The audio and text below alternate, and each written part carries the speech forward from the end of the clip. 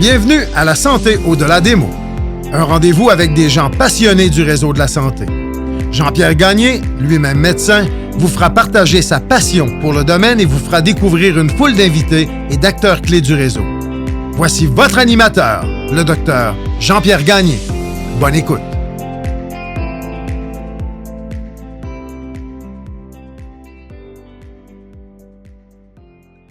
Je reçois pour une deuxième fois Mme Julie Carignan. Julie est une survivante. Elle a en effet combattu un cholangiocarcinome au cours des dernières années. Suite à sa chirurgie et ses traitements de chimiothérapie, elle a décidé de s'impliquer comme patiente partenaire. Elle veut être, selon ses mots, le trait d'union, la personne qui permet de mettre toutes les forces en commun. Elle n'hésite donc pas à cogner à toutes les portes pour améliorer l'accès aux meilleurs médicaments et elle en a fait une mission. Je vous invite donc à redécouvrir cette femme extraordinaire qui fait preuve d'un courage exceptionnel dans la lutte contre la maladie, pour elle et pour tous les patients atteints de cancer. Bonne écoute.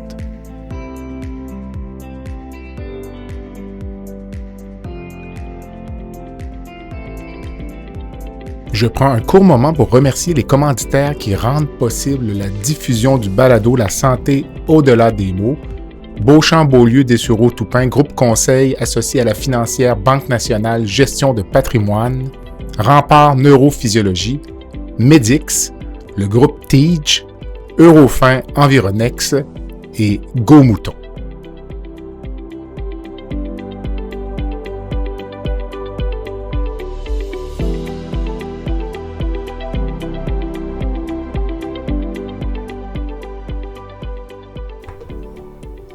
Julie, bonsoir. Bonsoir Jean-Pierre. Ça va bien? Ça va très bien. Je me demandais c'était quand l'entrevue, la première fois? Ça fait un petit bout. L'hiver? Ouais, on est en hiver. 2022? Oui. OK, ça fait 2 ans. Chimio. Ouais. Quand même. J'arrive à mon 2 ans post-diagnostic. Quand même. Quelque part en mois de mai, là. OK. T'arrives à 2 ans ou 3 ans? 2. La fameuse fenêtre... T'avais eu ton diagnostic en mai... 2022. Mai 2022. Ouais. OK, donc ça veut dire qu'on est suivi à l'automne ou à l'hiver? À l'hiver. OK. Ouais, j'avais fini ma chimio. OK. Presque. Fait qu'autour du mois de février. Puis la chimiothérapie, tu l'avais terminée quand? En février. OK. 2023. OK. Donc, pour les auditeurs qui n'auraient pas écouté le premier épisode, là, un court résumé peut-être, si t'es capable, court, mais de ta maladie, disons. Puis, en mai 2022, j'ai eu un diagnostic de cholangiocarcinome qui était combiné à un cancer du foie, un hépatocellulaire qu'on appelle. Donc, j'avais un cancer rare. J'ai eu, en fait, ça a été un petit bumpy road, dans le sens que quand j'ai eu mon diagnostic, là, c'était plutôt ombrageux comme diagnostic. Là. On me donnait un 5 mois de survie, pas de possibilité de greffe de foie, pas de chirurgie, ce qui se rapprochait le plus de la cure. On était palliatif à toute la pratique. Exact. J'avais 5 mois là, pour m'organiser. Puis, finalement, concours de circonstances, à un moment donné, j'ai eu l'appel d'une ressource au CHU de Québec, le docteur Carl Degg, qui m'a proposé la chirurgie, finalement. Et aujourd'hui, je suis capable de comprendre pourquoi, au début, j'ai peut-être pas eu cette proposition-là, que j'ai fini par l'avoir. Là. Avec le temps, on finit par comprendre les choses. Mais... la difficulté du cas, peut-être? Ou Oui, puis aussi les images. Dans le fond, quand on donne un diagnostic à quelqu'un, on se base sur des images ou les éléments qu'on a en main. Puis, dans le temps, à un moment donné, il y a des choses qui s'éclaircissent, mais il n'y a jamais rien qui va... dans le fond, compétitionner avec une fois qu'on ouvre le patient. Fait que quand on ouvre le patient, on se rend compte que finalement, il y a peut-être des petites choses qu'on n'avait pas vues, donc, mais peu importe. J'ai eu accès à la chirurgie. OK. J'ai fait 10 mois de chimiothérapie adjuvante, dans le fond. Puis, mon Dieu... Là, tout va bien, là. Oui, tout va bien. J'étais encore dans le protocole, là, j'étais en observation, en fait. Là, aux 4 mois, j'ai un scan. Puis là, mais techniquement, au mois de mai, j'arrive à la fin de ces 2 premières années-là. Qui sont critiques, en général. Oui, parce que la plupart des gens, c'est là soit qu'ils récidivent. C'est là que ça se passe. Oui, exactement. Puis là, ben, so far, so good, comme ils disent. Okay. Puis, est-ce que tu vis encore dans l'anticipation lors du scan? L'angoisse du scan, d'aller le passer. Je pense que c'est les seuls moments dans l'année où que je peux pleurer pour de vrai, là. OK. J'ai pas pleuré de joie ou de tristesse, je pleure de stress.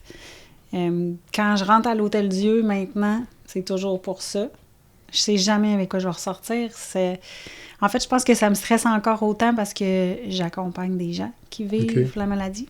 Fait que c'est sûr qu'ils n'ont pas nécessairement les nouvelles que moi j'ai parce que, comme on s'était parlé quand on s'est rencontrés, là, je m'implique un peu dans cette cause-là. OK, oui. Puis quand j'étais allée en Utah, dans la première année de mon diagnostic, au congrès, dans le fond, du cholangiocarcinome aux États-Unis, offert par la Fondation du cholangiocarcinome, sur 300 patients, il y en avait comme une poignée de main là, qui étaient des survivants de 10-15 ans. C'est plutôt rare. C'est des parcours parfaits. Là, puis j'ose espérer que je fais partie de cette poignée de main-là canadienne. Ça a l'air parti pour ça, en tout cas. Oui, parce que ceux que j'accompagne, pour la plupart, qui ont eu un diagnostic en même temps, sont presque tous déjà plus là. OK.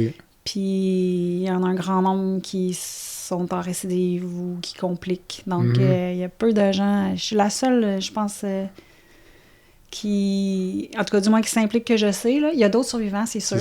Mais peut-être que ces gens-là se cachent un peu de la maladie. Là. Moi, j'ai décidé de prendre le taureau par les cornes. Puis, en fait, c'est ça, mais tu t'impliques qu'il y a des gens qui ont le cancer puis qui veulent refermer le tiroir le plus rapidement possible.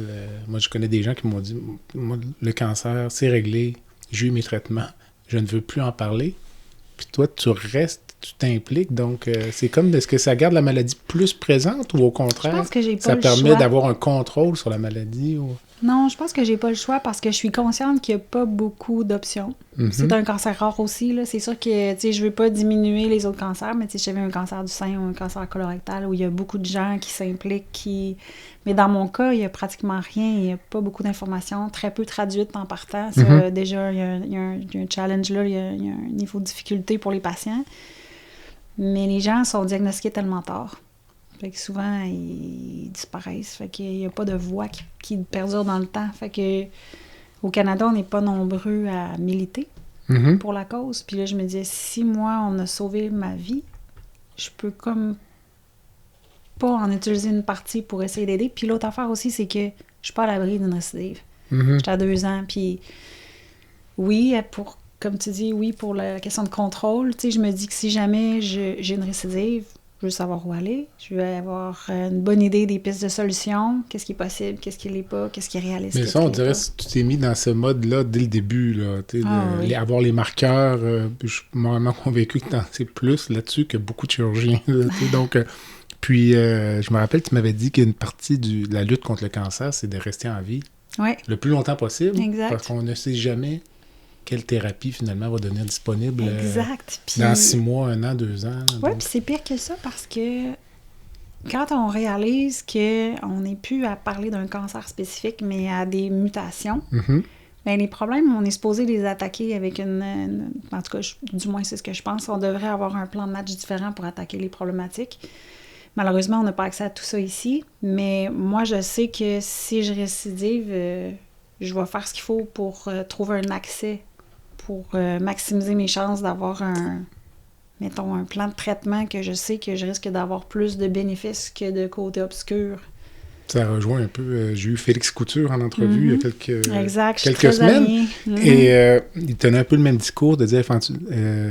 ce que j'en ai retenu un peu, c'est éventuellement de dire que c'est un cancer du sein, puis ça, c'est un cancer du côlon.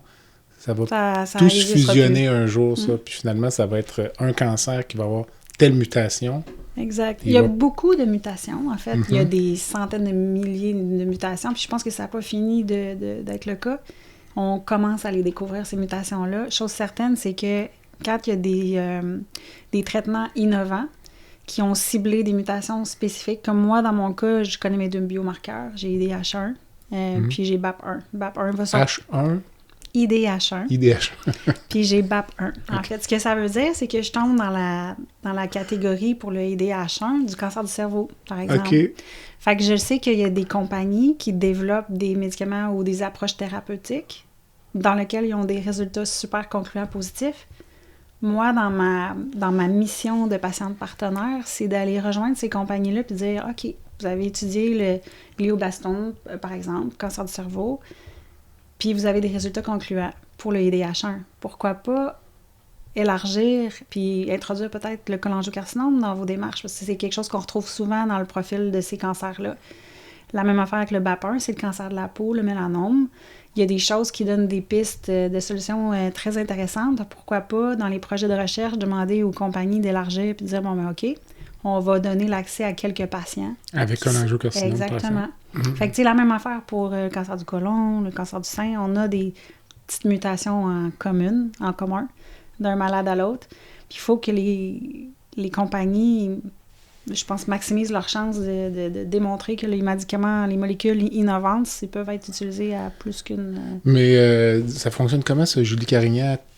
Internet, toi, tu cognes, t'appelles, tu dis, écoutez, moi, il faut que je vous parle, là. Je pense qu'il vous manque quelque chose dans votre structure de recherche. Ou, en fait, ça doit pas être facile, j'imagine, ça prend... C'est super simple. Okay. C'est super simple. En fait, c'est que, tu sais, comme, juste par le biais de ce que tu fais, la santé au-delà des mots. Tu sais, moi, quand j'ai écouté Dr. Grégoire parler du cancer colorectal, j'ai compris bien des choses, tu sais. Fait que c'est juste de cibler les endroits ou les médias où on parle des problèmes de santé. Puis, tu sais, il sort des noms, il sort des gens qui s'impliquent différemment. Fait que faut juste avoir le courage d'interpeller ces gens-là puis dire « Qu'est-ce que vous pensez de ça? » Puis, seriez-vous intéressé à vous impliquer, tu sais, à ce niveau-là? Puis, dans le fond, tout ce qu'on... En tout cas, du moins ça, c'est ma mission. Je veux essayer d'être comme un trait d'union, dans le fond, parce que si on réussit pas à mettre les champions dans la même équipe, tout le monde va continuer de travailler en silo. Puis ça, c'est d'une tristesse parce que je pense que dans les cancers rares, il faut unir les forces, puis il faut regrouper les gens qui sont intéressés à creuser pour amener des solutions qui peuvent être réalisées. Il faut lâcher les souris à un moment donné. Là. Fait que ça prend des courageux à un moment donné pour impliquer des patients dans le line-up, comme ils disent. Je m'excuse, c'est plein d'anglicisme. Non, c'est correct. Mais... Fait que moi, ces gens-là, je veux les mettre en lien. Tu sais, des gens de Toronto, des gens à l'extérieur aux États-Unis, tu sais, ça se fait. Puis c'est un peu ça que j'ai fait dans mon parcours. Moi, ça a peut-être pu déplaire à certains médecins, mais tu sais, je voulais avoir le meilleur oncologue, je voulais avoir le meilleur gastro-entérologue, je voulais avoir le meilleur chirurgien hépatobiliaire. Puis quand tu mets tous ces gens-là ensemble, tabarouette, ça fonctionne. Mais quand tu dis que ça déplaît des gens, tu le sens ou... C'est parce qu'on rentre dans l'univers du deuxième opinion. De demander à des gens des spécialistes, des gens qui ont beaucoup d'expérience, de challenger leurs propres idées entre eux pour dire, ben, c'est quoi la meilleure piste? Ça revient un peu à un tumor board, dans le fond. Oui. Mais ça devrait se faire en recherche, ça devrait se faire, tout le monde travaille un petit peu en silo. Ça, c'est quelque chose que je trouve un petit peu malheureux. Fait que pour revenir à ta question... C'est pas si difficile. Il faut juste trouver sur la personne qui a cette ouverture-là, dire « Hey, oui, ça me parle, oui, ça me tente. J'ai le goût de connaître ce qu'il y a dans la tête de ces gens-là qui travaillent déjà sur le dossier pour sauver les étapes. » Fait que, il y en a de ces gens-là, il faut juste les trouver. Puis une fois qu'on les trouve, ben on les lâche pas. Mais as-tu vraiment là, des exemples ou des compagnies où tu as vraiment dévié le cours un peu d'un projet? Oui, ben en fait... mettons, pour le volet des compagnies, ben moi, mon histoire a commencé, dans le fond, l'inhibiteur que moi j'aurais besoin si j'ai une récidive, qui est le type Sovo, est fait par la compagnie, je vais la nommer, Servier. Au moment où moi j'ai su que j'aurais besoin de ce médicament-là, possiblement si je récidive, puis évidemment, ces médicaments-là souvent sont donnés en 3e ligne quand le patient est quasiment en train de mourir. Mais moi, je veux pas attendre de mourir pour avoir accès à ça si j'ai une récidive. J'aimerais ça qu'il soit mis dans mon parcours de soins plus tôt que plus tard. Fait que j'ai communiqué avec la compagnie.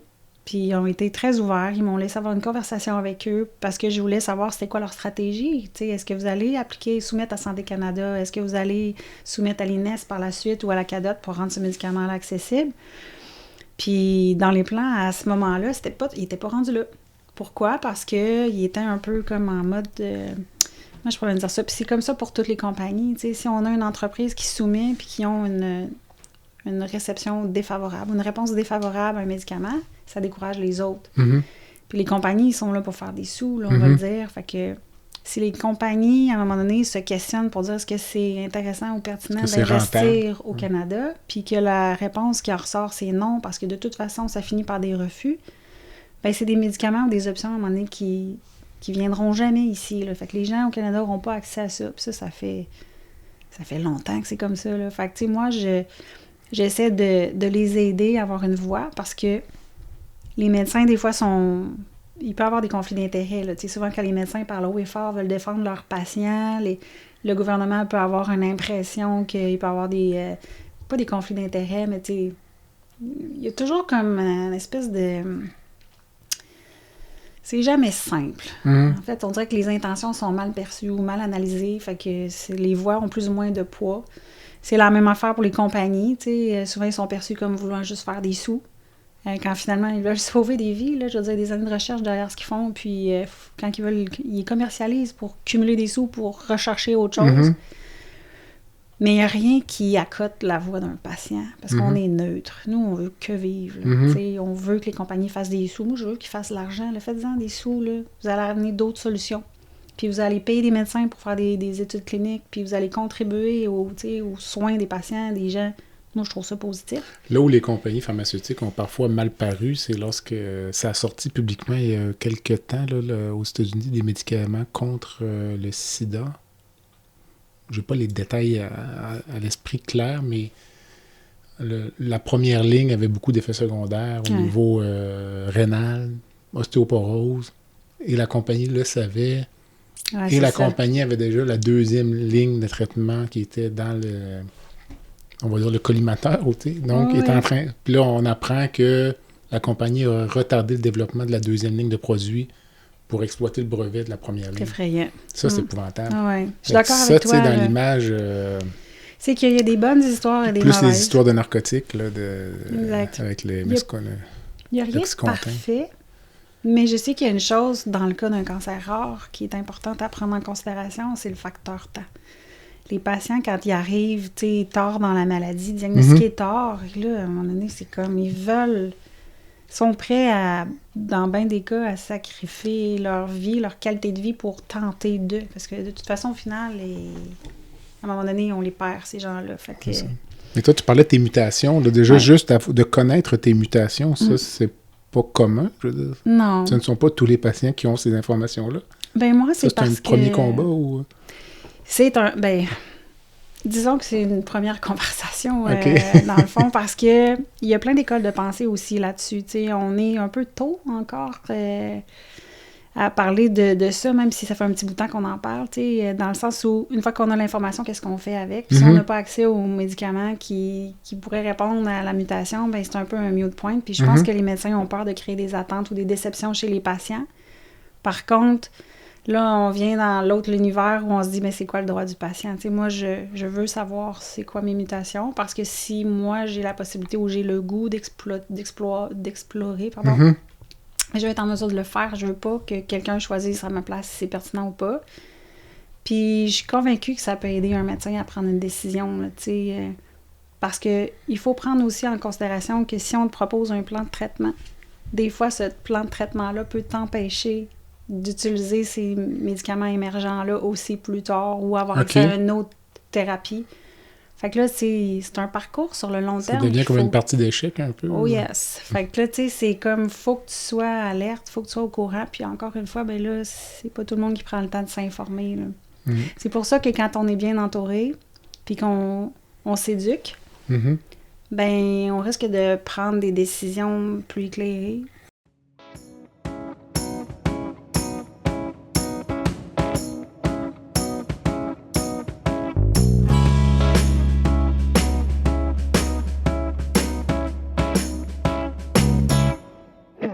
Rempart Neurophysiologie est une entreprise spécialisée dans l'octroi de services neurologiques tels que le monitorage neurophysiologique péropératoire. Plusieurs chirurgies comportent des risques de complications neurologiques graves, mais avec Rempart, ces complications sont réduites à moins de 1%. Rempart est votre ange gardien en salle d'opération. Rempart, c'est aussi des services volants en électrophysiologie médicale.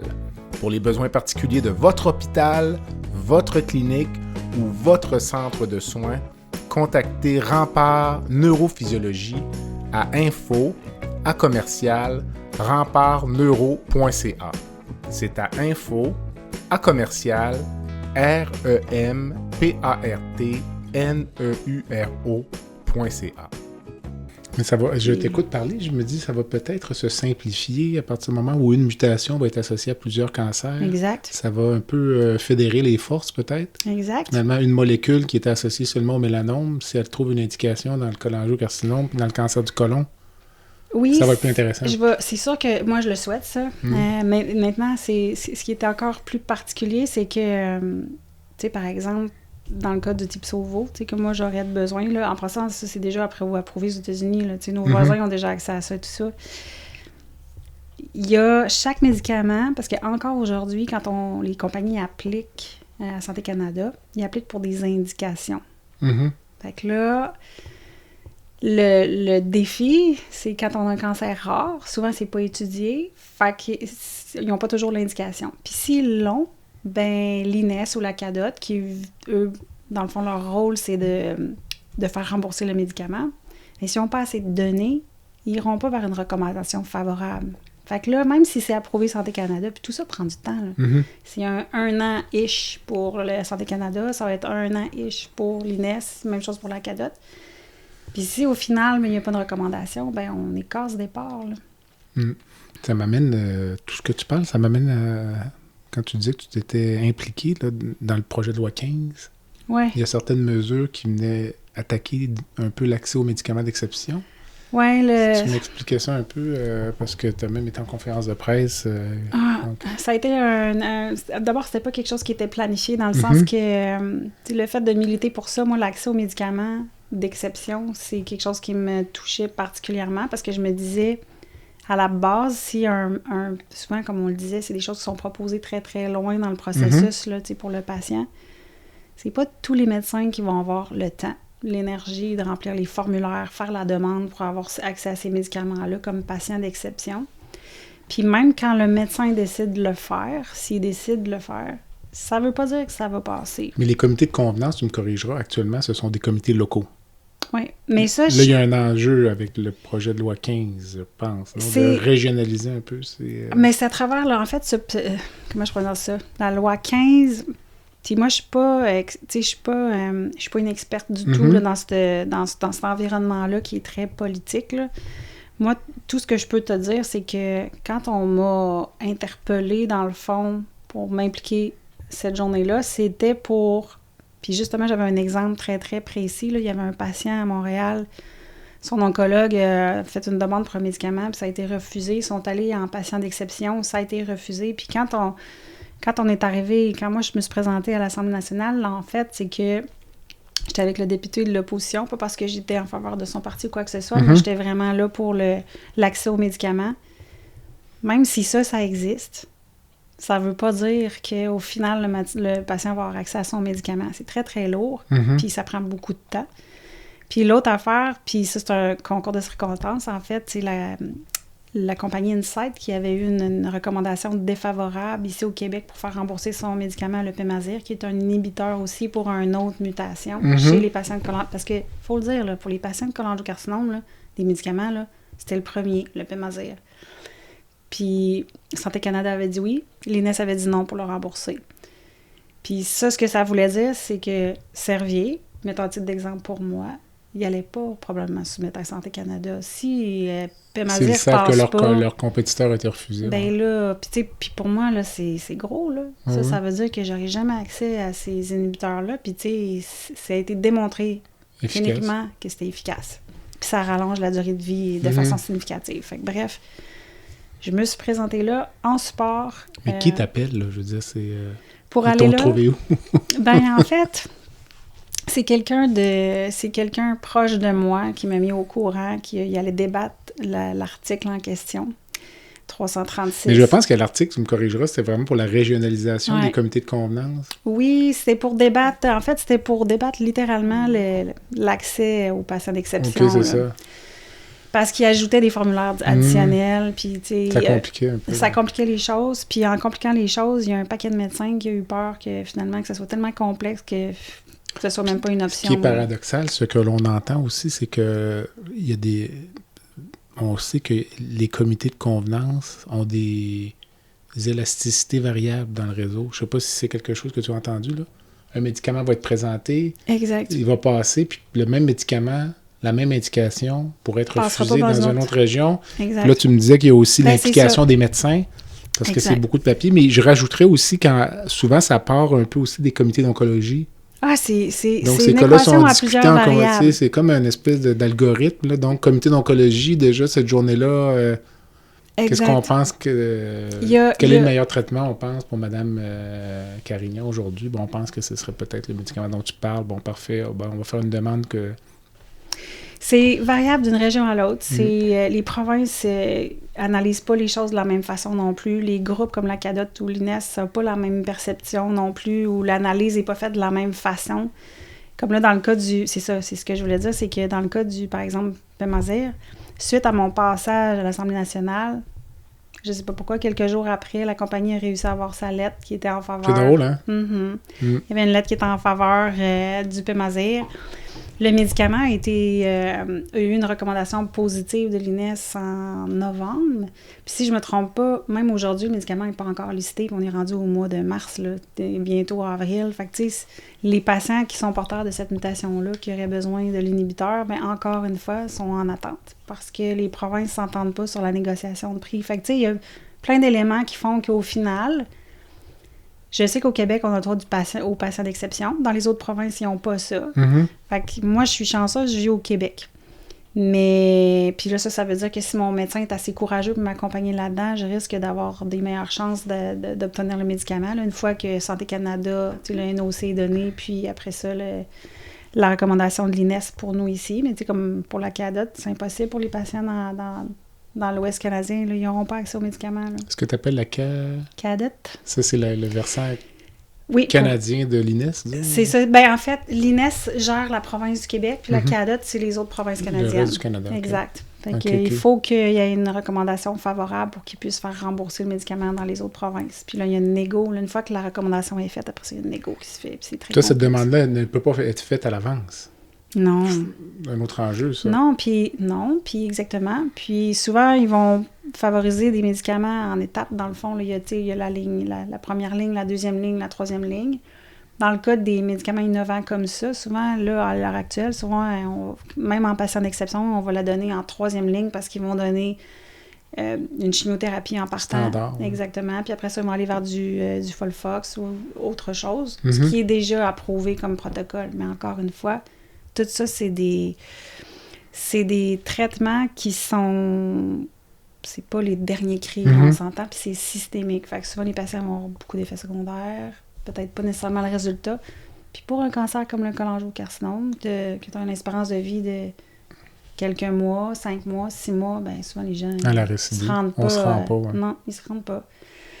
Fait que moi, dans le fond, comme patiente partenaire, puis tu sais, là, on parle de l'aspect pharmaceutique, mais il y a bien plus que ça. Là. Moi, je m'implique dans un projet de theranostic à l'Université de Sherbrooke avec Dr Rousseau. Theranostic pour nos auditeurs.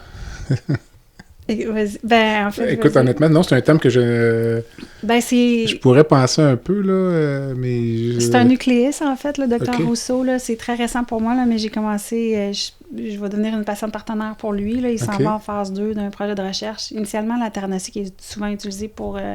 c'est souvent utilisé pour les cancers de la prostate. Là.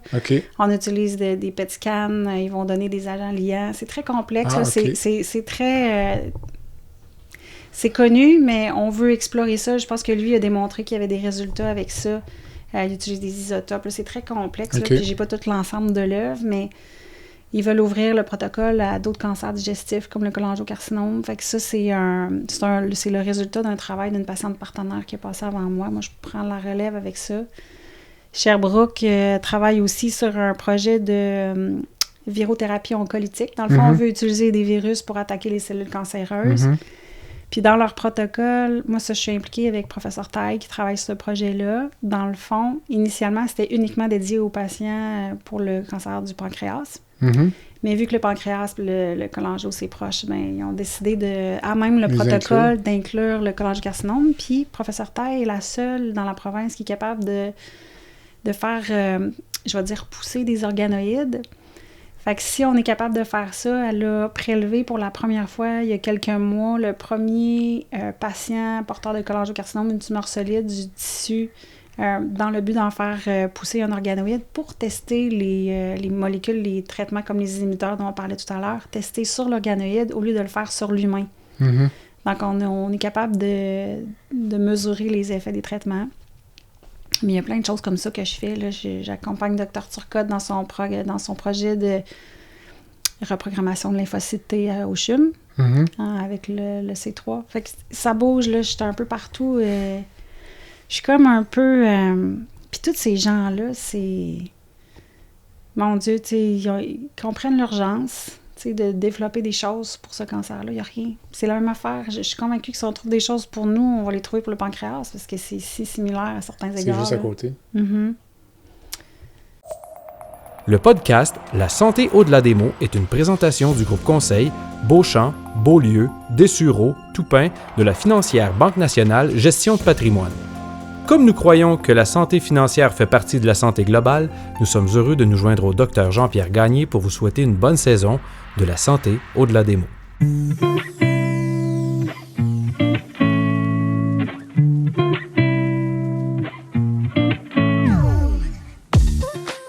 Fer et Velours est une entreprise de Québec spécialisée dans la location de mobilier vintage et création d'ambiance. Nous vous proposons une offre de service à la carte et selon vos besoins. De la simple location à la gestion événementielle complète. Chez Fer et Velours, notre slogan est de faire différent avec élégance. Visitez notre site web au www.fervelours.com. Au plaisir de vous rencontrer.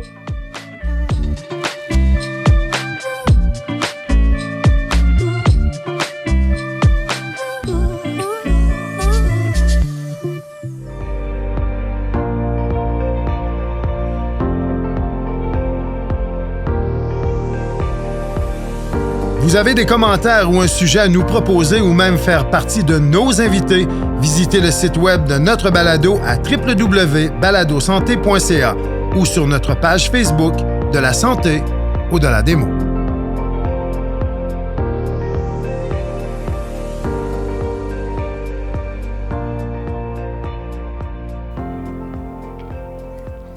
Comme on évoquait, finalement, l'avantage un peu de ces organoïdes-là, ce serait éventuellement de savoir à l'avance si la médication va fonctionner. Là. Plutôt que faire ce qu'on fait actuellement en clinique, parfois, c'est de donner une molécule à un patient qui a le cancer, puis on refait le scan après 3 mois.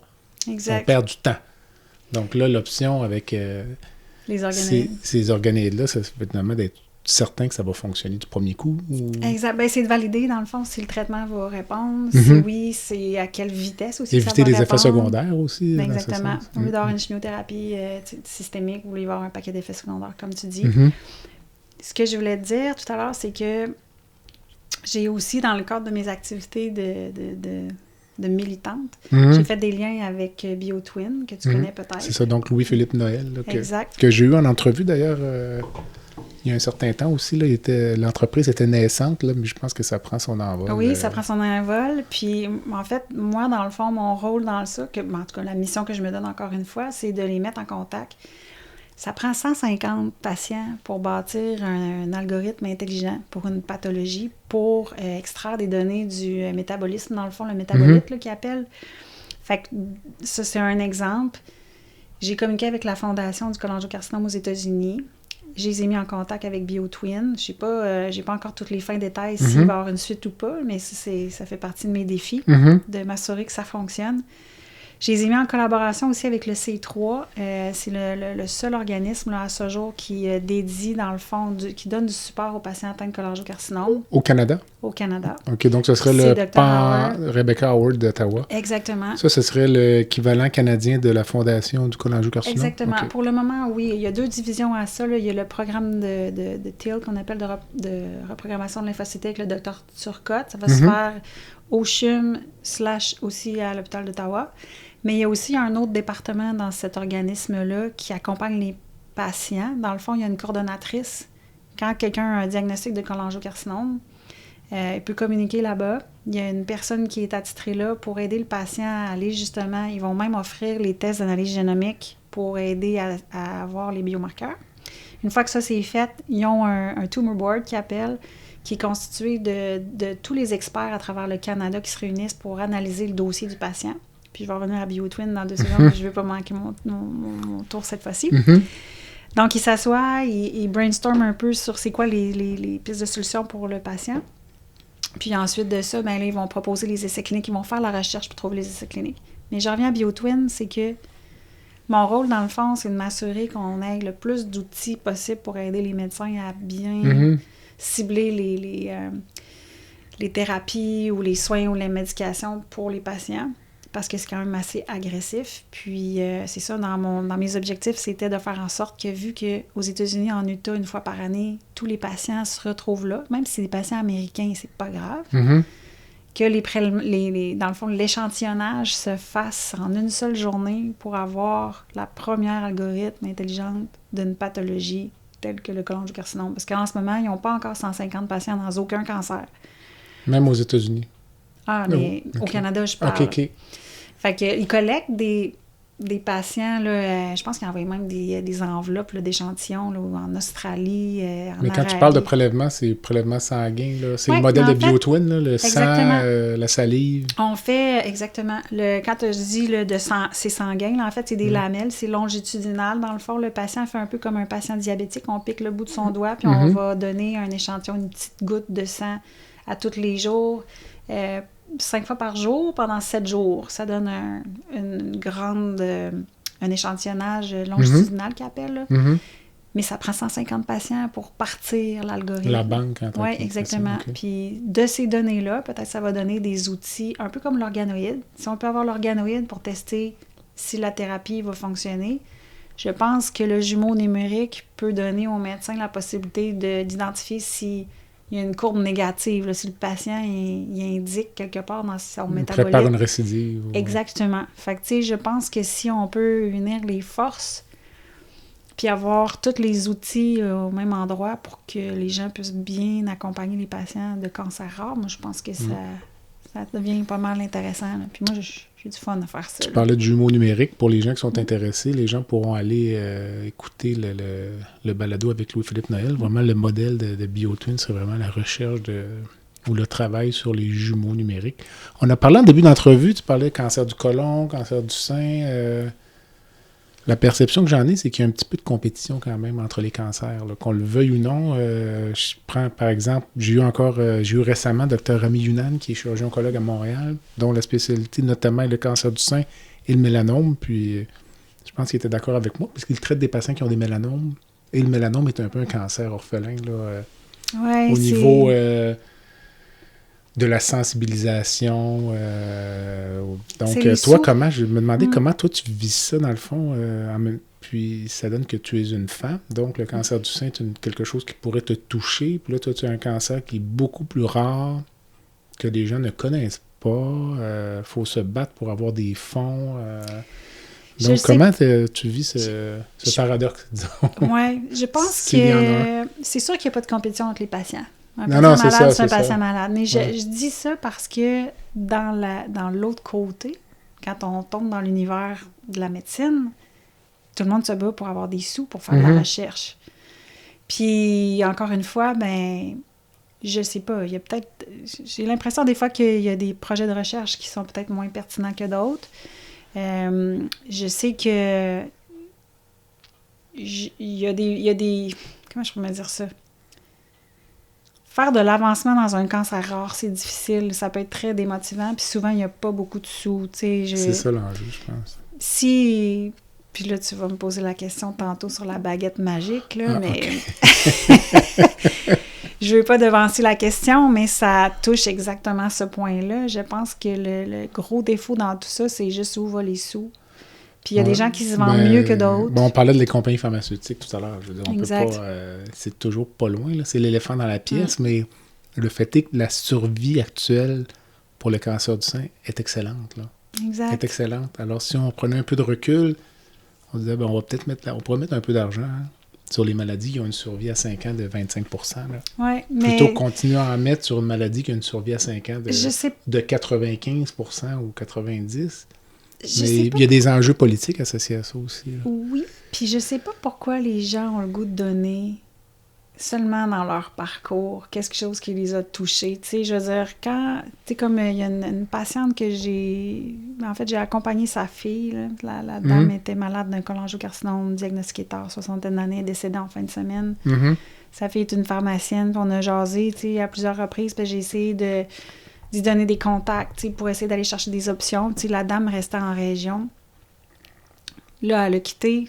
Bien, cette famille-là, c'est comme ça un peu aussi que la Fondation aux États-Unis a réussi à aller chercher beaucoup de sous, des dons. Ça a été donné des familles. Fait que je sais pas pourquoi, tu sais, vu qu'il y a plus de cancer du sein, il y a probablement plus de gens qui veulent donner au cancer du sein parce qu'ils sont touchés par ça près d'eux. Tu sais, ils ont connu quelqu'un, ou tu sais, fait que, je sais pas, moi, tu décèdes d'un cancer colorectal, puis je suis ta sœur, c'est sûr je donne au cancer colorectal. C'est le réflexe, je pense, que tout le monde a. Fait que comme il y a très peu de patients qui décèdent du cholangiocarcinome, mais il n'y en a pas de sous. T'sais, comme là, le premier réflexe que cette jeune fille-là a eu avec sa famille, c'est de dire on veut donner au cholangiocarcinome, on veut pas qu'une famille vive deux fois ça. L'étape suivante, c'est de trouver à qui donner. Ouais. Dans une cause rare comme ça, c'est exact. pas évident. Ça fait partie de mes défis là, depuis 2 jours, là, c'est que à qui on donne. Puis comment, tu sais, c'est pas moi à choisir, c'est la famille, mais je veux dire, j'essaie de... Elle m'a dit, on a brainstormé ensemble, puis elle a dit, qu'est-ce que t'en penses, Julie? Ben, j'ai dit, la recherche, c'est tel que tel. À la base, il n'y a rien en français. Sa mère n'était pas en mesure de comprendre ce qui arrivait en anglais, puis elle n'était pas en mesure de pouvoir avoir une conversation avec d'autres établissements pour une deuxième opinion, parce qu'il n'était pas capable de traduire ce qui se ferait dire de toute façon.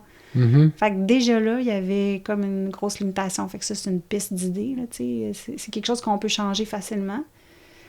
Puis il y a des organismes aussi, tu sais, je regarde ces 3, tu sais, ils accompagnent les patients dans tout le cheminement que les gens ont à traverser.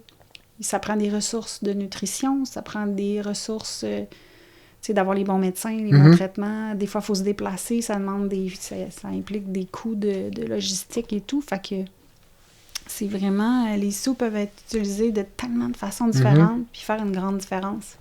Ces 3, un peu, ça vient répondre à certaines des questions auxquelles toi, tu as dû trouver réponse seule un peu, j'imagine, quand tu parles de... Ces 3 est venu au monde pendant que j'étais malade. Fait que ces 3 n'existaient pas quand moi, j'ai eu mon diagnostic. Il est venu au monde comme très peu parce que, dans le fond... Ces 3, c'est pourquoi, j'imagine, tu vas me dire? C'est Canadian Cholangiocarcinoma collaborative. OK. Une des fondatrices de ça, Dr. Hauer, Rebecca Hauer, son conjoint a été diagnostiqué d'un cholangiocarcinome. Elle s'en cache pas, elle le dit ouvertement. Puis elle était bien outillée, là, c'était une chirurgienne. Je pense qu'elle a eu le même réflexe que toi, hein, donc, mais peut-être peut-être une longueur d'avance un peu dans ça, non? On a fait ça ensemble, en fait, parce que son mari était diagnostiqué en même temps que moi. Puis on a eu la même chance, dans le fond, d'avoir accès à la Fondation aux États-Unis. Puis on s'est rencontrés dans des meetings? Oui, une fois par mois, là, ils font vraiment bien ça là-bas. Là. C'est extraordinaire comment c'est organisé. Là. Si on pouvait avoir un copier-coller ici au Canada dans notre langue, ce serait du gros bonbon. Mais à tous les mois, on avait des réunions. Ça peut être que les patients, ça peut être les patients avec des médecins. Il y a des conférences qui sont données, c'est gratuit. Les gens peuvent s'inscrire dans ça. Mais encore une fois, c'est tout en anglais. Fait que les meilleurs experts à travers le monde viennent donner de l'enseignement là-dessus, sur tout ce qui s'en vient dans l'avenir, tout ce qui existe, de où ils sont partis. Tu peux avoir tout l'historique puis le futur du cholangiocarcinome quand tu participes à ces réunions-là. Fait que tu peux devenir un expert assez rapidement là, dans ta maladie, en autant que tu parles anglais, évidemment. Là. C'est ça. Je me demandais, on en a parlé un peu tout à l'heure, le fait d'être impliqué comme ça, là, dans le fond, tu n'oublies jamais ta maladie ou ça te permet finalement de l'aborder d'une façon différente? Je te repose un peu peut-être la même question que tout à l'heure, mais... Je pense que... Moi, parce que tu vois, on est ici ce soir à parler de ça. Oui, j'adore ça, en fait. Pour être en train de jouer au badminton. Non. Je pense que c'est sûr que ça me donne de l'énergie, de la force, mais je vois tout le monde mourir, tu sais. Puis je me dis, Colin, ça n'a pas de bon sens, tu sais. Puis on peut pas toujours tout demander aux médecins non plus, tu sais. Je veux dire, il y a une limite à tout. Je pense que j'ai l'opportunité de pouvoir contribuer. Ça me coûte rien. Ça me demande que du temps. C'est sûr que, tu sais, je peux pas dire oui à tout parce que juste dans les 3-4 dernières semaines, là, on m'a offert On m'a offert des opportunités d'aller à Vancouver, d'aller dans des congrès pour essayer d'aller collecter l'info, ramener ça aux fondations pour que l'information circule à un moment donné. Si je disais oui à tout, je travaillerais à temps plein comme patient partenaire, mais pas rémunéré. Ça paye les dépenses, mais à un moment donné, il faut faire des choix. Ben oui. Puis je travaille quand même. Fait que c'était négocié dans mes conditions de travail. Là. J'avais négocié un certain nombre de semaines de congé pour pouvoir faire du bénévolat puis essayer de remercier Dr. Degg quelque part. Puis mon hémato-oncologue aussi, là, j'ai eu des gens qui m'ont accompagné là, qui... eux autres aussi sont découragés. Parce que les patients, là, ils les perdent. C'est pas drôle là, pour des médecins accueillir quelqu'un puis la première chose que tu dis, c'est la maladie est avancée. On peut pas parler de guérison. Là. Hey, c'est lourd. Là. Ce matin, soir, voir du monde malade mourir. Là. C'est décourageant. Fait que, tu sais, je sais pas. Mais j'ose imaginer que peut-être pour certains, ils doivent se dire hey, ça fait du bien qu'il y ait des patients qui se lèvent et qui parlent pour nous. Là, comme quand j'étais devant le ministre Dubé, là, qui parle du patient d'exception en disant que la recette, elle fonctionne puis qu'il n'a jamais laissé personne pour compte. Mais c'est pas tout à fait la réalité. Puis si c'est un médecin qui le dit, c'est pas perçu de la même manière que si c'est un patient. Fait que moi, je pense que c'est ma contribution. As-tu parlé au ministre Dubé directement ou ça a été... Non, mais en fait, on était dans la même pièce, là, et j'étais pas annoncée, fait que quand ils m'ont, j'imagine, quand ils m'ont vu rentrer, ça dérangeait? Docteur Bergeron, non, c'est juste que c'est qui elle, okay, ouais. C'est qui elle, puis pourquoi qu'elle est là, puis ça a été une expérience vraiment, puis c'était la conférence de presse aussi, là, tu sais, j'étais pas préparée nécessairement à ça, mais c'était très bien, en passant. Ça me touchait tellement, tu sais, personnellement. Puis pour tous ceux que j'accompagne, puis pour tous ceux qui se battent dans l'industrie pour faire passer, tu sais, pour qu'ils puissent commercialiser les médicaments, pour les gens du Jewish, de McGill, tout le monde a le même problème. Ils veulent aider les patients. Fait que, non, puis dans ce parcours-là, là, Jean-Pierre, là, c'est tellement fascinant, parce que dans les gens malades, il y a plein de monde brillant. Des gens qui ont des formations, c'est des experts dans leur domaine, puis là, la maladie les touche, puis... Les gens deviennent experts dans leur maladie, puis... Oui, puis ils utilisent leur force puis leurs compétences pour essayer de contribuer. Puis ça, c'est magique. Là. J'ai rencontré une fille qui était atteinte d'un mélanome, là, puis elle a fait un peu comme, je pense que c'est Sarah-Lynne là, qui a fait Sarah-Lynne Beaulieu. Un maillot, je pense, si je me trompe pas. Tout à fait. Bon, mais tu vois, j'ai rencontré une fille qui a d'ailleurs passé au Dragon il n'y a pas si longtemps, elle a cancer de la peau. Elle a confectionné un maillot qui est fait à partir de filets de pêche, qu'elle a fait transformer, parce que c'est un matériau qui est littéralement une armure pour le cancer de la peau. UVA-UVB, puis en plus, c'est un isolant thermique. Fait que tu rencontres plein de monde, ça donne le goût de militer, ça donne le goût de faire avancer les choses, tu sais. Puis là, tout de suite, moi, quand j'ai vu son maillot, je disais, il faut que tu fasses ça pour le cancer du sein, là. Ça n'a pas de bon sens, là, tu sais. Après une mastectomie, là, les femmes sont souvent un peu mal à l'aise, tout ça. Ça prend ce maillot-là, tu veux te protéger du cancer de la peau. Tu sais, je veux dire, il y a une mine d'or dans ce monde parallèle-là. C'est stimulant. Puis quand les gens ils ont le goût de contribuer, my God, c'est merveilleux. Là. Puis quand tu vois quelqu'un survivre, là, c'est le Holy Grail, comme ils disent. Là. On m'a parlé d'argent. Là. On en parle, l'argent est partout, là, mais... Quand on parle de médicaments d'exception, on parle de beaucoup d'argent. Là, même parfois, les budgets d'hôpitaux explosent en raison d'un ou deux médicaments qui arrivent en cours d'année. Donc, toi qui veux avoir accès à ces médicaments-là dans un réseau public, comment tu... je pense qu'il va comment falloir, tu vois ça? Parce que tu compétitionnes là, pas juste avec le cancer à ce moment-là, tu compétitionnes avec les prothèses de hanche, de genoux...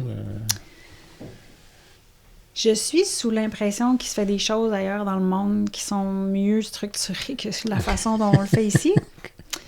Puis, tu sais, je pense, il me vient à l'esprit tout de suite l'Italie, tu sais, qui réussit à faire un exercice, je trouve, équitable dans le sens pour toutes les parties, dans le sens où si le médicament est administré au patient puis il donne le résultat, parfait, le gouvernement va défrayer.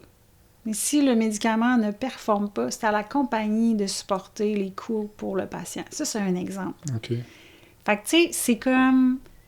Tout le monde, il tire la couverture de son côté, mais dans cette équation-là, moi, je trouve que tout le monde est gagnant. Puis au final, le patient, il n'est pas pris en otage là-dedans parce qu'il a accès à sa médication. Puis on sait qu'un patient malade, ça coûte cher, qu'il soit soigné ou pas. Tu sais, Dr. Howard dit souvent que la recherche, ça fait partie des soins. Fait qu'il faut les faire, ces exercices. Il faut les rendre, ces médicaments-là, disponibles pour démontrer qu'un jour, qu'ils sont efficace, bons pour plusieurs cancers. Si on les teste pas, comment on va le savoir? Fait que c'est ça ou la mort. Fait que tu sais, oui, ça coûte cher. Parce que si on prend, si on fait l'exercice sur des petits groupes, mais à partir du moment que tu peux démontrer que ça fait du sens puis qu'il y a une réponse, là, tu l'élargis, à un moment donné, le coût diminue, là. Non, mais en fait, moi, je ne peux être en désaccord avec toi, mais je pense que parfois, il faudrait penser en dehors de la boîte un peu là, pour financer. Puis il faudrait aussi, peut-être comme société, avoir une saine discussion aussi sur ce qu'on devrait retirer de l'offre aussi du panier de service. Mon Dieu, tellement. Donc, aller chercher de l'argent peut-être là, avoir une saine discussion, là, pas des discussions politisées là, à l'approche des élections, là, puis de dire... Fait que ça serait une chose. Deuxième élément... on parle beaucoup du réseau privé actuellement, puis c'est comme la dichotomie public-privé. Puis là, je me disais, peut-être que le réseau public serait gagnant à... Mais ça, c'est une idée que j'ai eue récemment, mais je vais te la proposer. Tu es la deuxième personne à qui je la propose. Donc, d'exploiter le réseau privé, mais au profit du public. Et je te donne un exemple. Par exemple, souvent, on parle de prothèse de hanche, prothèse de genou. Ophtalmo. Ben, ce qu'on pourrait imaginer, plutôt que de dire, ben, aller dans le privé puis donner 25 000 $ à la compagnie XYZ, puis cet argent-là, il disparaît. Il ne reviendra jamais dans le réseau public. Ou plutôt de dire, ben, écoutez, certains types de pathologies, pour une certaine classe de patients, le gouvernement connaît le patrimoine des gens, là. Et on a nos rapports d'impôts, là. Est-ce qu'on pourrait dire, mais écoutez, à partir d'un certain patrimoine, d'un certain âge, certains types de pathologies, vous pourrez y avoir accès ou vous y aurez accès via le réseau privé. Autrement dit, si tu arrives à 75 ans et tu as un patrimoine de 10 millions, ben on va te demander un petit 15 000 pour ta prothèse de genou. Là, oui. Tout est capable de le payer. Les gens le paieraient. Et tu vas avoir un accès privé. Donc là, il faut qu'il va falloir se débarrasser de l'histoire de dire il passe avant un autre. T'sais, c'est une offre supplémentaire, mais le 15 ou 20 000 que moi je donnerais pour mon genou, il retourne dans le public, cet argent-là. Tu comprends ce que je veux dire? Oui, je te suis. Donc, puis peut-être là, ça va servir à acheter des médicaments pour traiter des gens qui sont malades. Donc, finalement, la prothèse de genou va peut-être payer l'immunothérapie.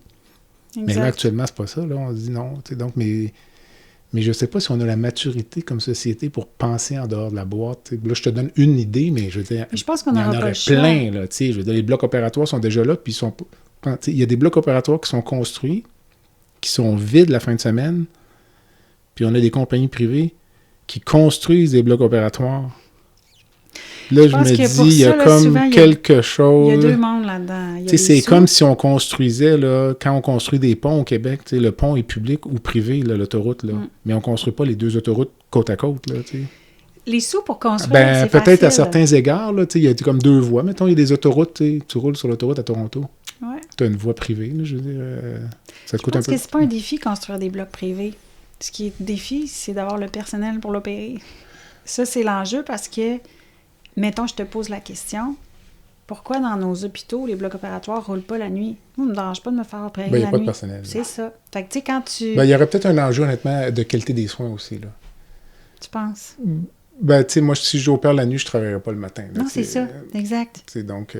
Mais tu sais, je ne sais pas si ça pourrait pas... Tu sais, comme en imagerie, tu peux aller faire une résonance magnétique à 3 heures du matin. Moi, je trouve ça parfait.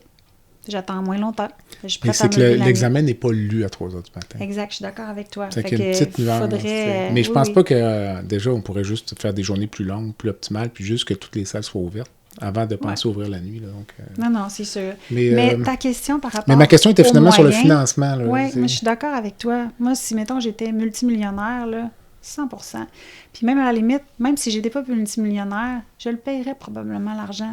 Parce que c'est mon droit de prendre une chance d'avoir accès puis de me faire guérir. Tu sais, il y a des gens, là, moi j'en connais plein, des patients à qui j'ai parlé, ils l'ont pas, là. Puis des fois, il y a les compagnies d'assurance aussi, là, c'est d'avoir... L'assureur a un impact à jouer aussi dans l'équation. Mais il faut que ce soit raisonnable, là. Tu peux pas non plus arriver dans une situation où, mettons, un père de famille arrive à 50 ans, tu sais, puis dilapide le patrimoine familial pour s'acheter 3 mois de survie, là. C'est pas ça qu'on veut, là. Non, je te comprends. C'est inhumain, ça. Non. On ne peut pas mettre les gens dans cette situation-là. Il y a des scénarios où c'est pas envisageable. Mais donc, c'est pas là qu'on veut aller, là. Ce qu'on veut, c'est penser en dehors de la boîte pour faire de l'économie circulaire, finalement. Ouais. Si on met de l'argent dans le réseau de la santé pour avoir des soins, il me semble que c'est une bonne idée de faire en sorte que l'argent reste dans le réseau de la santé. Ah, 100%. Puis on est bien soigné à l'hôpital, là. Une fois qu'on est malade, c'est parfait. Oui, on est super bien soigné quand on est dans l'engrenage. Encore Puis même au privé, je dirais comme moi, tu vois, j'ai été opérée il y a 3 semaines, je suis allée au privé, je suis enchantée, là, il n'y a pas eu de délai, j'ai été traitée aux petits oignons, puis tu sais, c'est un choix personnel de le faire, j'aurais pas à attendre, mais c'est pas... les deux sont importants. Puis il faut que l'argent reste dans le... Moi, je suis convaincue aussi qu'il faut que l'argent reste dans le public, là, parce que quand ça va vraiment mal, il faut aller au public. Au privé, il y a une limitation aussi. Il y a plein de soins que tu peux pas avoir au privé, que tu n'auras pas le choix d'avoir au public à cause des équipements en place, à cause de la technologie que ça nécessite. C'est un mariage des deux que ça prend.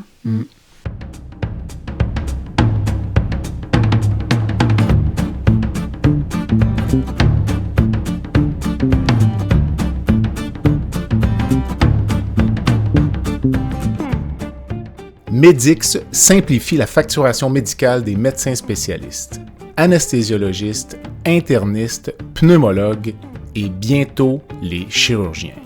Grâce à une application mobile conviviale et une expertise personnalisée, Medix fait une différence réelle dans la vie des médecins.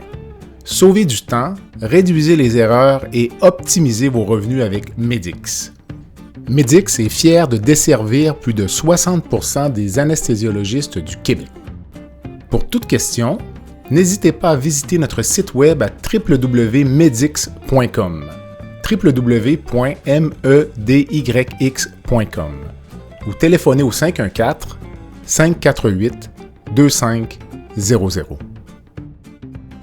On a fait le tour pas mal. On serait rendu à la petite baguette magique que tu as préparée. Tu l'as évoqué tout à l'heure. Donc, mais avant de passer à la baguette magique, la question que je voulais te demander tout à l'heure, mènes-tu une vie au niveau physique, disons, complètement normale? Ou tu as encore des petites restrictions? Parfois, la chimiothérapie laisse des petits effets secondaires. En fait, je pense que c'est... Parfois des petites pertes de sensibilité ou des choses. Je pense que le gros morceau, c'est mon... J'ai le goût de dire c'est mon roi Y. OK. J'ai plus de vésicule biliaire. OK. Tu sais, pour avoir... J'ai tellement vu de monde avoir cette chose-là, puis je me disais, c'est un pet. Quand tu l'as pu, c'est pas toujours un pet. Puis ça, c'est pas quelque chose nécessairement... Le fonctionnement intestinal qui est un peu... c'est que... Mon corps, là aujourd'hui je comprends très très, mon corps me parle, je suis parfaitement capable de comprendre ce qu'il me dit. Okay. Avant, je pouvais me questionner bien longtemps puis faire des essais-erreurs, là c'est clair. Tu sais, je te donne un exemple, tu sais, mettons que je fais un petit écart, là, tu sais, je vais manger quelque chose d'un petit peu plus gras, là. Puis là, tu vas le sentir ou tu vas payer le prix? J'ai les deux. OK. Fait que... L'exemple de ce que je vis, là, j'ai tellement une douleur puissante qui monte à l'épaule, ça paralyse mon bras, je pleure. Mon chum me regarde, je suis en petite boule chez nous, là, puis écoute, c'est comme si je brûlais de la moitié de mon corps. C'est aussi violent que ça, et ça passe. Mais quand ça peut durer... Ça, c'est la chimio? C'est quoi? Non, j'ai l'impression que c'est une restriction, je sais pas, puis je suis pas une experte encore une fois. Sais-tu, je mange quelque chose, mon foie produit de la bile en quantité XYZ, puis je sais pas si ça passe pas, ou je suis pas capable de l'expliquer. Toi, tu peux probablement mieux me l'expliquer, mais tu sais, le foie, là, ça n'a pas de... Il n'y a pas de nerfs là-dedans, là, tu sais, ça irradie dans l'épaule, en tout cas, probablement que le Dr Daigle... C'est possible, des douleurs irradiées. Ouf, c'est violent. Puis ça, là, c'est assez violent, je te dirais que le haut de mon corps courbe, là, j'ai de la misère à marcher. À chaque pas que je fais, là, mon foie fait mal. OK, quand même. Mais ça dure pas, ça arrive rarement, mais quand ça arrive, là, je sais tout de suite que j'ai pas mangé la bonne affaire, ça passe pas. Puis ça passe. Puis le reste du temps, je suis 100% normale, je suis top shape. Dis-moi, es-tu comme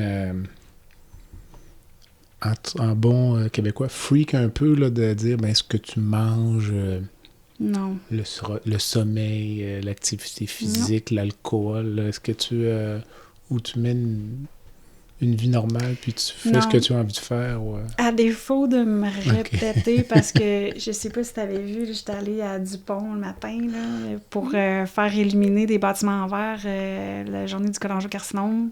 J'ai été reçue par lui. Ça, puis... c'est un bon exemple de la compétition avec le cancer du sein. Donc, tu vois, Québec-Ville-en-Rose. C'est ça. Ça a été difficile d'avoir du verre. Là, j'ai eu un bâtiment seulement qui est éliminé. Puis les gens ne savent même pas qu'est-ce que cholangiocarcinome veut dire. Fait que on part de loin. On part de loin. Mais c'est pas grave, j'y vais. Bon. Puis, mais ceci dit, Dr. Daigle, à un moment donné, j'étais allée le rencontrer dans un de mes nombreux post-op de suivi, excuse-moi. Suivi, oui. Il me regarde, ça faisait à peu près 1 an là, que j'avais tout terminé mes affaires. Puis il me regarde, il dit « Bonjour, Mme Carignan. Puis, avez-vous pris votre verre de vin? » Fait que, parce que tout le monde, quand tu as un cancer du foie, ils disent « Ah, pas d'alcool. L'alcool. » Puis lui, il savait que moi, prendre un verre de vin rouge, là, c'est une récompense. J'aimais prendre un verre de vin rouge. Fait que quand je rentre dans son bureau, j'ai dit non. Fait que là, il me regarde, il dit là, je l'ai pas sauvé pour rien, là. Il dit la prochaine fois qu'on se voit, là, il dit, mais pas si vous avez pris votre verre de vin, là, ça ira pas bien. Okay. Puis que je l'ai finalement pris, mon verre de vin. Mais c'est sûr que j'abuse pas, là, on s'entend. Puis mon alimentation, je comprends qu'est-ce qu'il faut que je mange, comment que je le mange, qu'est-ce qu'il faut que j'achète, qu'est-ce qu'il faut que j'évite. Mais j'essaie de...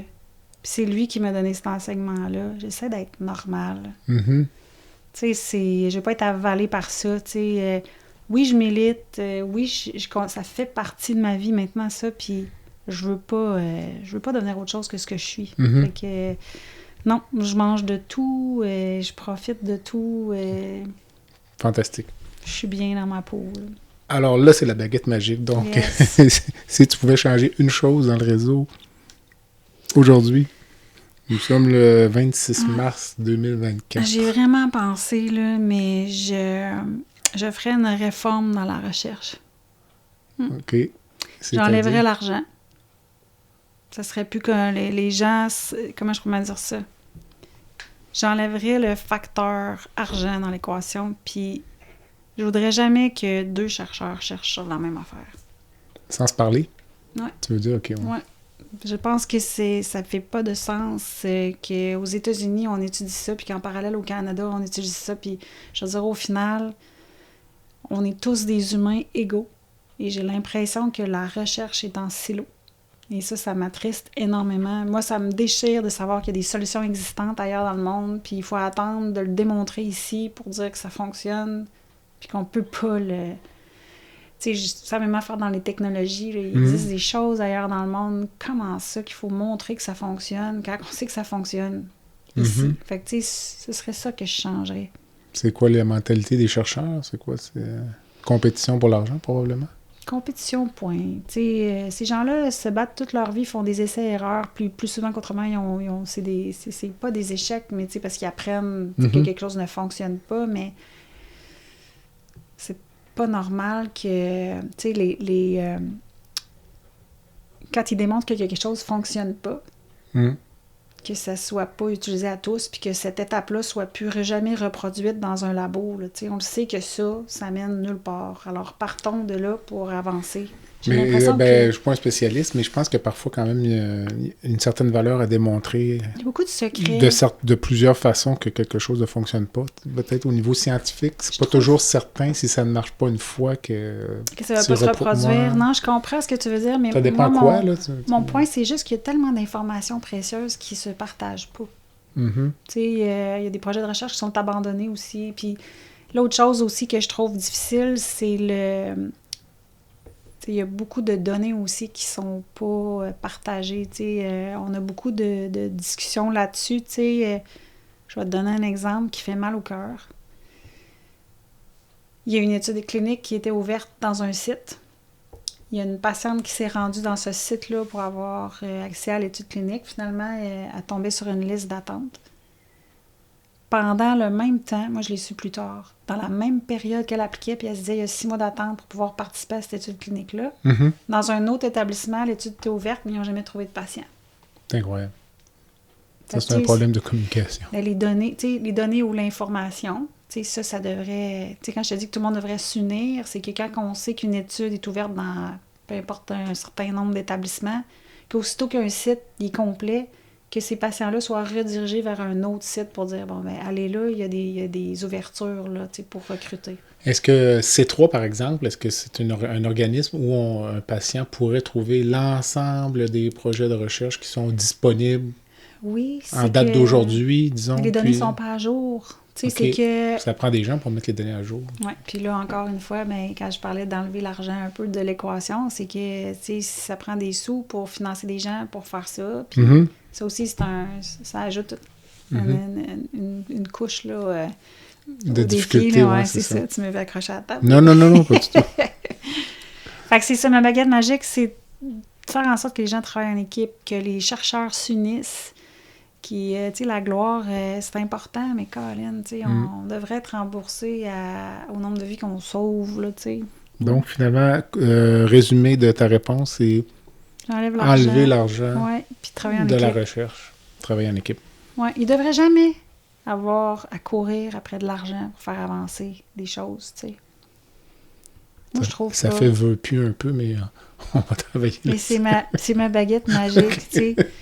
J'aimerais ça qu'ils aient accès, tu sais, au budget qu'ils ont besoin, là. Tu sais, ils sont sur une bonne piste, donnons-leur les sous, tu sais. Mais encore, je pense qu'il faudrait... faut aller chercher l'argent quelque part, là. T'as raison. Ce sera le sujet d'un prochain balado. Les grandes familles riches. As-tu une rencontre de rêve? Je retournerai m'asseoir avec Sylvie Breton. Oui, cette patiente partenaire-là qui, grâce à elle, aujourd'hui, la theranostique peut être accessible à des patients porteurs de cholangiocarcinome. C'est elle a influencé du tout début jusqu'à la fin une équipe de chercheurs. Elle a mobilisé un chirurgien, un radio-oncologue, un nucléiste, un ci, un ça. Puis grâce à ça, elle a obtenu une avenue. Puis tout ça s'est fait à l'intérieur de peut-être 1 an ou 2. OK, quand même. Oui. Puis ça, c'est la preuve que le patient partenaire fait la différence. Puis c'est la preuve aussi que quand on unit les forces, on réussit à trouver des solutions, puis à les mettre en pratique, puis à démontrer que ça fonctionne. Ça, c'est majeur.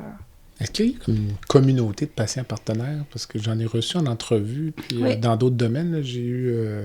Catherine Willemy, d'ailleurs, parce que maintenant, il y a Santé Québec, là, elle a été nommée comme étant